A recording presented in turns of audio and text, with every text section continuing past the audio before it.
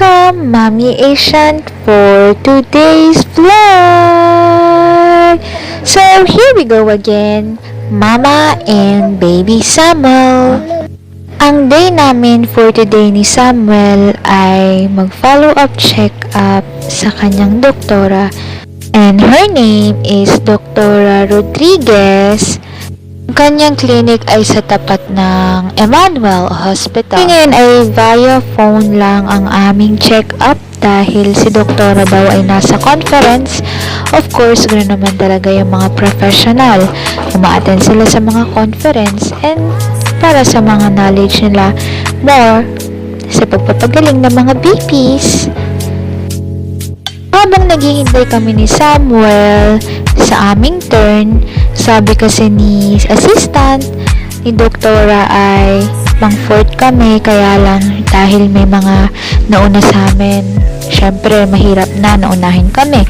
Kaya ayun, nag-wait na lang kami, kaya naging pang-sixth kami. And we're still waiting here. And ayun na nga, habang naghihintay kami, sobrang kulit na ng baby Samuel ko. So, he's turning 1 year old by March. Kaya lang, syempre, ngayon, 11 months pa lang siya. Kaya lang, kahit 11 months siya, napakakulit ng bata. At ang ginagawa pa niya, tinatanggal niya yung socks niya. So, syempre, dahil ako lang mag-isa for today's vlog, kinukuha ko yun lagi. Iniitsa naman niya lagi. Kaya, ayun, mga kamars. Hirap na hirap ang mami dyan, yo. So, ayun, kahit na nahirapan ako, enjoy lang, chill lang. Kasi, syempre, for my baby, para maging okay na siya. Kaya, naisipan kong i-vlog ito para naman mawala yung aming inip ni Samuel David. Kasi nga, madami talagang nagpapatingin dito kay Dr. Rodriguez. So, here's my turn!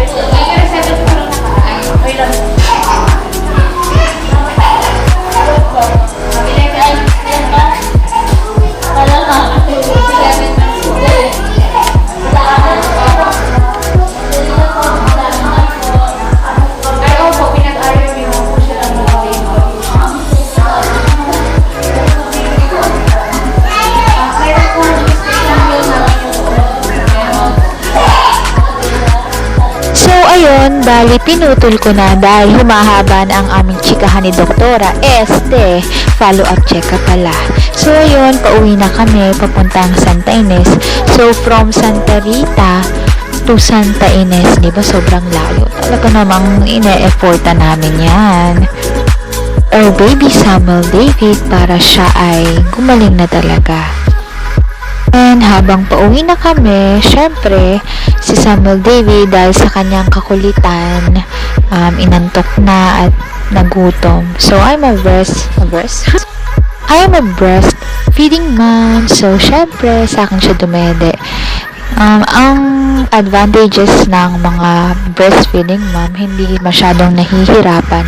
Pero syempre, dahil nga si Samuel David ay talagang hindi siya masyado ngayong hiyang, I guess sa akin, pinapadede pa din namin siya sometimes ng powder milk, and then tinitimpla ko talaga siya, and then ngayon nga may reseta si doktor ulit, nadudurugin ko and hahalo ko na lang dun sa kanyang powder milk.